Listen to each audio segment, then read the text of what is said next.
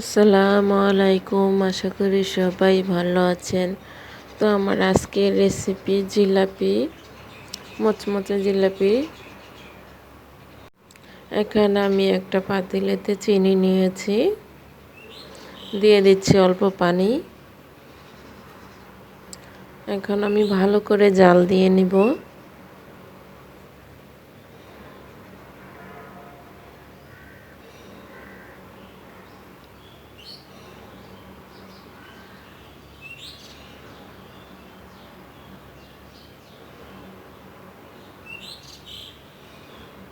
ভালো করে আমি জাল দিয়ে নিয়েছি। দিয়ে দিচ্ছি এখানে 1 চামচ লেবুর রস, নাড়াচাড়া দিয়ে দিচ্ছি। এখানে আমি অল্প একটু জর্দার রং দিয়েছি। একটা বাটিতে আমি আটা নিয়েছি, দিয়ে দিলাম সোটা,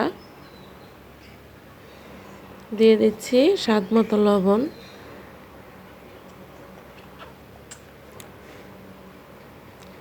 অল্প অল্প করে পানি মিশিয়ে নিব, একসাথে পানিটাকে দিতে যাব না। হাত দিয়ে মিশিয়ে নিচ্ছি।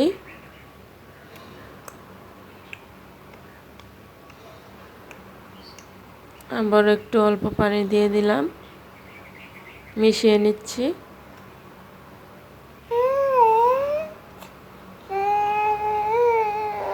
আবার অল্প পানি দিয়ে মিশিয়ে নিচ্ছি।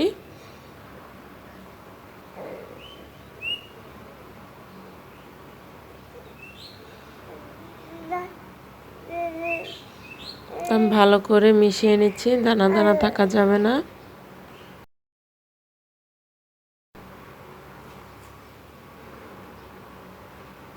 মিশাতে মিশাতে কিন্তু একটা আঠালো ভাব হয়েছে, আমার মিশানোটা হয়ে গিয়েছে।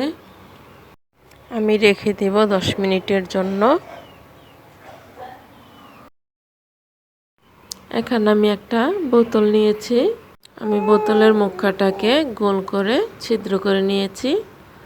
কড়াই বসিয়েছি, তেলও দিয়ে দিলাম। এই যে আমি ছিদ্রটা করে নিয়েছি। এখন আমি বানাচ্ছি।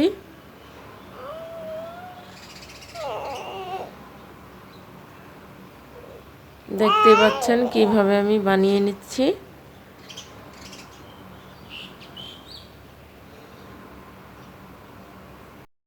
দুটো জিলাপি বানিয়ে কিন্তু আমি শিরাতে দিয়ে দিয়েছি, আরেকটা বানাচ্ছি।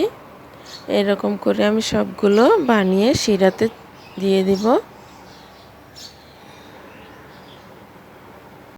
লাল লাল করে ভেজে শিরাতে চুবিয়ে নিচ্ছি। তো এরকম করে আমি সবগুলো বানিয়ে শিরাতে দিয়ে দিব। দেখুন আমি এই যে শিরাতে দিয়ে দিয়েছি লাল করে ভেজে।